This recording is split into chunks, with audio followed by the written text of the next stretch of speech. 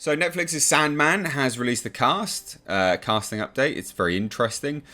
Lots of people are rallying against it over on Twitter and things like that. And I think the criticism is justified, to be perfectly honest. It's a very, very interesting approach to take. I'm not sure whether I agree with it either. Like, overall, the whole cast is okay.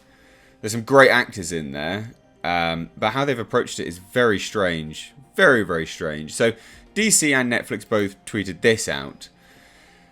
Now, you might look at this and go, well, this just looks normal. No, it does. However,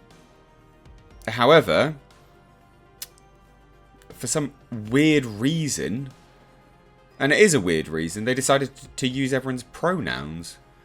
Which, you know, I don't care if people have pronouns. Like, it's fine. Who cares? But I do feel like it defeats the object when all of the pronouns that are being used literally represent what I see on an aesthetic level.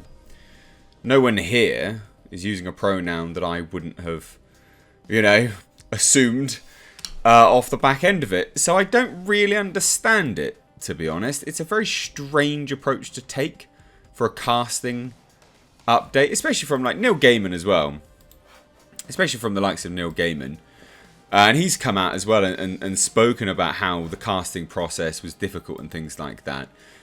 Well, I mean, it's difficult if you're trying to approach it from sort of this direction, you know, changing everyone's genders and things like that, which, look, at the end of the day, I just come to expect from everything now. I did a video on the Green Knight trailer, and I think it looks absolutely fascinating. It looks really, really amazing. Dev Patel's acting is questionable, but everything else looks spellbindingly good. It really does. And I was doing a live stream, which I live stream every Monday, Wednesday, Friday, if you didn't know. And I was asked a question, you know, what do you think about an Arthurian legend, an Arthurian poem, Arthurian, one of the greatest sort of Anglo-Saxon Arthurian literary works being swapped out for a man of Indian descent to play it. And I just thought to myself, well, my answer was basically, I come to expect it. And I come to expect this, but not on this level. She, hers, they, them. So I guess there's one. There is one individual here. Mason Alexander Park, who is a they, them. Fine. Again, like, it's fine, but it's just a weird approach to take. I personally don't get it, but, you know, I am old. Maybe that's why. However, I will say the response on Twitter is not good. Lots and lots of people saying that I'm going to pass on this. Can someone explain they, them to me? I'm not looking to be an arsehole. Just want the info so I can understand pronouns, because it makes me feel very old. And lots of people praising it as well. Lots of people praising it, going, yep, well done for including it. Well done. There's an individual directly addressing individuals like me who says the ones complaining about pronouns surely didn't read the original comics. I'm willing to bet that most of the brittle people complaining about pronouns have never heard of this comic until now. They were just triggered by the decision. And look, again, the original comics, fine. It's just weird in a casting announcement, I guess.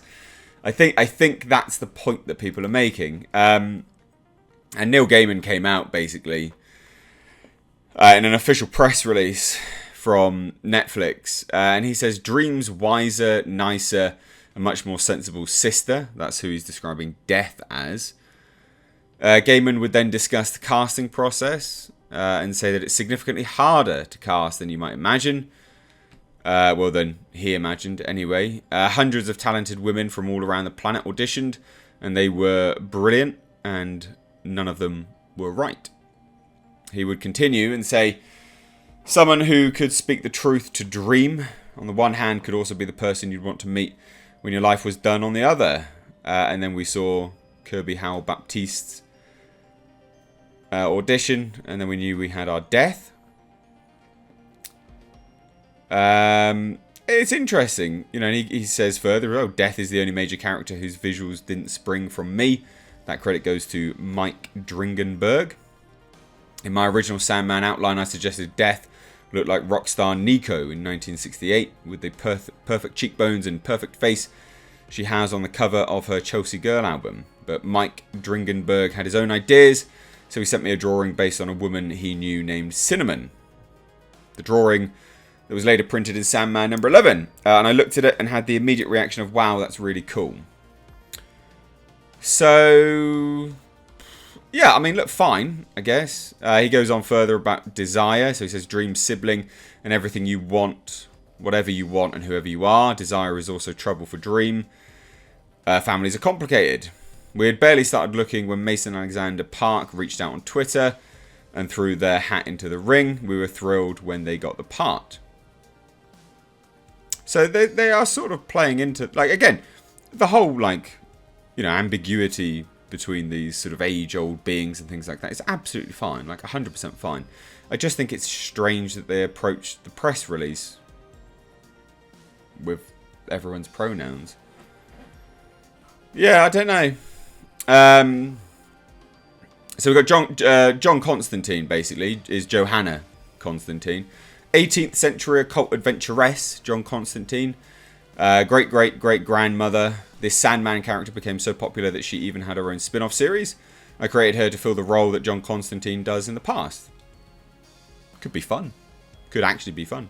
When we broke down the first season, given that we knew that we would be encountering Joanna in the past, we wondered what would happen if we met a version of her in the present as well. So we tried it, and the script was sparkier, feistier, and in some ways even more fun. So having written her, we just had to cast her.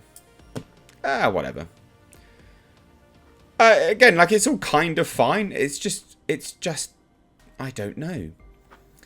At the end of the day, ladies and gents, at the end of the day, I am a man from a bygone era. I am persistently reminded of that. Consistently reminded that I am getting old and I don't really understand the world. But there are other people like me that would see this and don't understand the point to adding everyone's pronouns when there is only one person that's a they, them. Because it doesn't really matter to a large degree, I guess. I don't know. I just thought I'd do a video on it because I don't know. It's not the fact that they've swapped anyone out either, to be perfectly honest. Like, I don't particularly care that much. It's more just the whole, I don't understand the approach to pronouns in the announcement. But again, I fully acknowledge I'm a man from a different era. That's just is what it is. So let me know what you think though down below in the comments. If you're new here, do hit subscribe. Cheers. Take care.